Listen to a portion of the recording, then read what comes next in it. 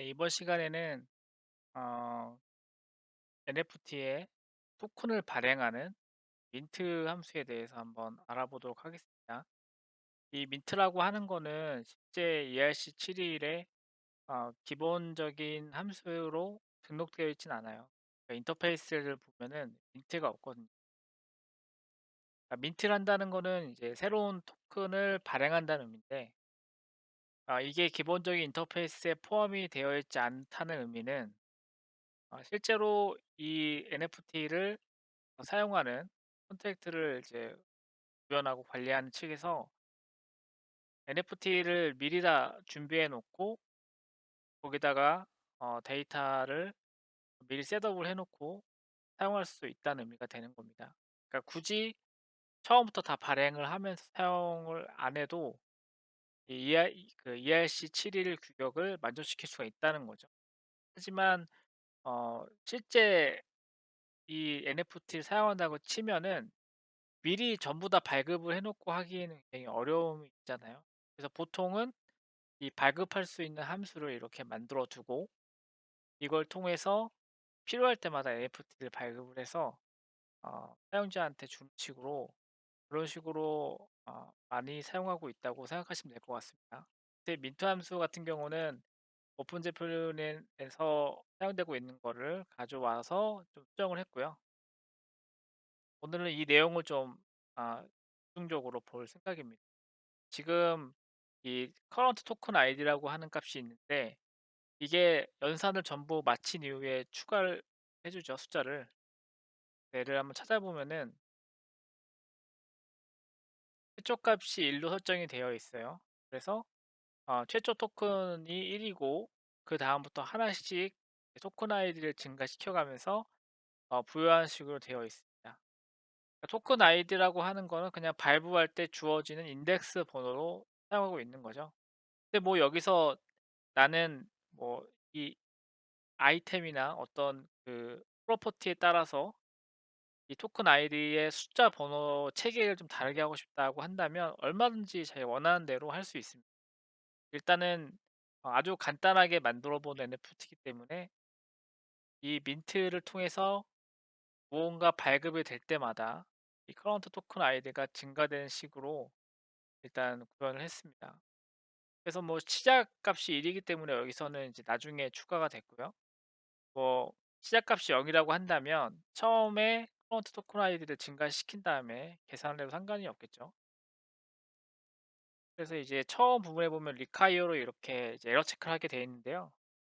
리콰이어는 뭐 솔리디티를 뭐 조금 해보신 분들은 잘 알겠지만, 물론 뭐 솔리디티랑 관계없이 일반적인 C 언어에서도 많이 사용하는 그 어서트랑 비슷한 기능입니다. 그래서 이 안의 내용이 어, 틀리면 에러가 발생을 하는 거죠. 그래서 이 어드레스의 0 값이 아니어야만 되는 거죠.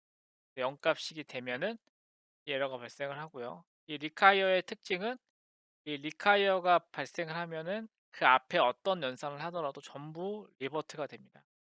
그러니까 이게 블록체인이라고 하는 거를 실행하는 거는 블록체인을 운영하는 노드이기 때문에, 노드 같은 경우에 리콰이어 없이 전부 이 함수가 정상적으로 실행이 되어야만 더 스테이트라고 하는 공간에 이 결과값을 넣어주기 때문이죠. 그래서 이게 전부 어, 이전에 어떤 연산을 했던 간에 여기서 에러가 체크가 되면 이제 바로 에러로 확인이 된다, 이렇게 보시면 될 것 같습니다. 그래서 오늘은 세이프 민트 중에서도 뭐 첫 번째는 당연히 이 to 값이 0인지를 체크하는 거고요.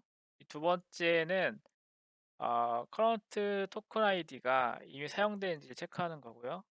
그리고 이 세 번째가 좀 이해하기 어려울 수 있는 부분이긴 한데, 이게 ERC7일 리시브드라고 하는 거를 체크하는 부분인데요. 이 함수는 일단 오픈제 플랜에 있는 소스를 그대로 가져왔습니다. 네. 전에도 말씀드렸지만 이 오픈제 플랜 소스 자체가 MIT 라이센스이기 때문에 이렇게 가져와 써도 법적으로 아무 문제가 없습니다. 그래서 만일 우리가 소스를 개발한다고 할 때 100% 자기가 다 구현해도 상관이 없지만, 이렇게 참고할 수 있는 소스가 있으면 가져다 쓰는 것도 나쁘지 않죠.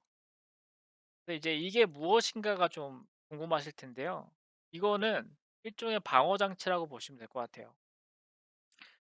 전에 한번 그 이 솔리디티의 어셈블리에 대해서 설명할 때 예시로 나왔던 코드가 이제 여기 밑에 있는데, 네, 이 함수에 대해서 설명을 드리도록 하겠습니다. 이 함수를 보면은 일단 이제 컨트랙트라고 하는 함수를 또 호출하고 있죠. 요것도 그 오픈 지 플레인에서 가져왔는데요.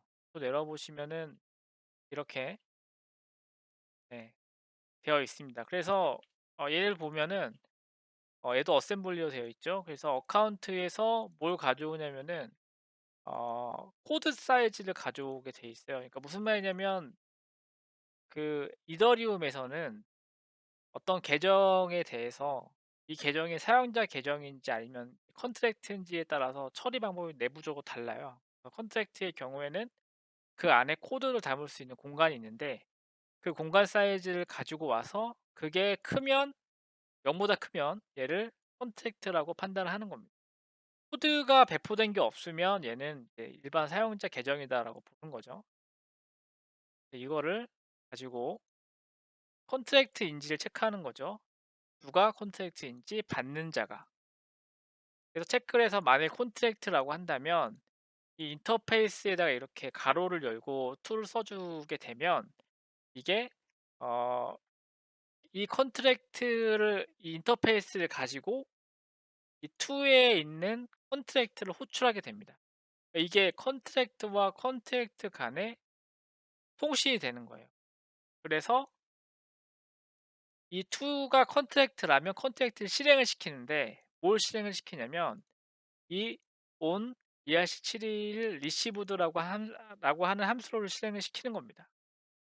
이게 어디에 구현되어 있는지 한번 볼까요? 일단 이게 인터페이스에 나와 있는 건데 이거죠. 그러니까 한마디로 뭐냐면 이 NFT 컨트랙트를 사용하는 다른 컨트랙트의 경우에는 이걸 명시적으로 만들어서 제공을 해야만 우리가 NFT를 할당해 주겠다. 왜 이런 짓을 하냐? 당연하게도 사용자가 실수로 이 NFT를 잘못 송부를 하는 경우에 그 받은 주체가 이 NFT를 컨트롤할 수 없는 컨트랙트라면 이게 공중분해 버려요. 찾을 수가 없는 그런 자산이 되기 때문에 이걸 한 번 더 체크를 하는 겁니다. 그래서 얘를 호출을 한 다음에, 네, 4바이트 리턴 밸류를 가져오죠. 그리고 리턴 밸류를 이 인터페이스 함수의 셀렉터로 비교를 합니다. 이 셀렉터가 뭐냐면 저희가 그 저번 시간에 설명을 드렸던 이거 있죠? 서포트 인터페이스의 인터페이스 아이디라고 보시면 돼요. 이거를 가져오는 함수고, 이걸 통해서 하고 싶은 게 뭐냐면 여러분, 그러니까 아주 간단한 확인만 하는 거예요. 그래서 이 함수가 구현돼 있냐를 물어보고 그 증거 표시로 얘에 대한 인터페이스 아이디를 리턴해 달라. 그래서 그게 오면 내가 지금 내가 가지고 있는 셀렉터랑 비교해서 내가 가지고 있는 인터페이스 아이디랑 비교해서 그러니까 둘 다 나와 상대방 전부 이 리시버 ERC71 리시버라고 하는 인터페이스에 대한 함수를 구현이 되어 있다고 서로 확인이 되면 그때 오케이가 된다는 겁니다. 내용이 조금 어려운데, 그러니까 컨트랙트라고 하는 거는 다른 컨트랙터와 통신을 할 수가 있어요. 그래서 다른 컨트랙터랑 통신을 해서 지금 NFT를 받으려고 하는 그 컨트랙트가 안전한 컨트랙트인지를 한 번 더 확인한다. 이렇게 보시면 될 것 같고요. 그 다음에 여기에서 보면은 이제 캐치를 걸어서 에러를 체크하는 부분이죠. 그래서 이제 리진이 뭐냐면 이제 에러 코드예요. 익셉션 그 데이터인데 이게 0이라고 한다면 아예 이게 이제 없다는 의미고, 이 리진이 있다는 얘기는 얘가 있긴 한데 여기서 에러를 리턴했다는 거죠. 그러니까 그 NFT를 수신하는 그 컨트랙트에서 에러를 리턴했다는 건데요. 여기 보시면 어셈블리로 해서 이렇게 리버트를 하게 되어 있습니다. 이 리버트의 의미는 리진에서 32번째 번지에 있는 그 데이터부터 해서 어 로드해서 이제 그 에러 데이터로 보내라 이 의미인데, 이 32라고 하는 거는 제가 설명드린 것처럼 일종의 헤더 정보인 것 같아요. 정확하게 뭔지는 모르겠지만.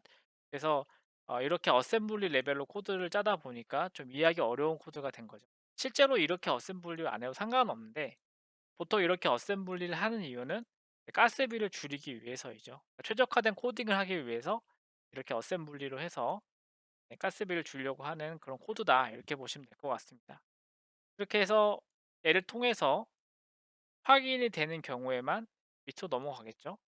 넘어가서 그다음부터는 굉장히 단순합니다. 이 밸런스라고 하는, 여기는 어떤 특정 계정에 NFT가 몇 개 할당되는지를 확인하는 거기 때문에 이 to 계정 이름으로 해서 숫자를 증가시켜 주고요. 그다음에 오너 같은 경우에는 이 그 토큰 아이디에 대해서 주인을 찾아주는 거기 때문에 그 주인 정보를 적어 주는 거죠. 그리고 토큰 URI 같은 경우에는 그 받아온 URI 정보를 넣어 줍니다. 여기서 뭐 URI 가지고 에러 체크를 할 수도 있겠지만, 이 URI 같은 경우는 메타데이터, 그러니까 ERC71의 어 그 기본적인 베이직한 꼭 구현해야 될 그런 항목이 아니라 추가적으로 구현하면 좋을 항목이기 때문에 별도의 에러 처리를 하지 않았어요. 만약에 이 값이 없으면 그냥 없는 대로 저장이 되겠죠.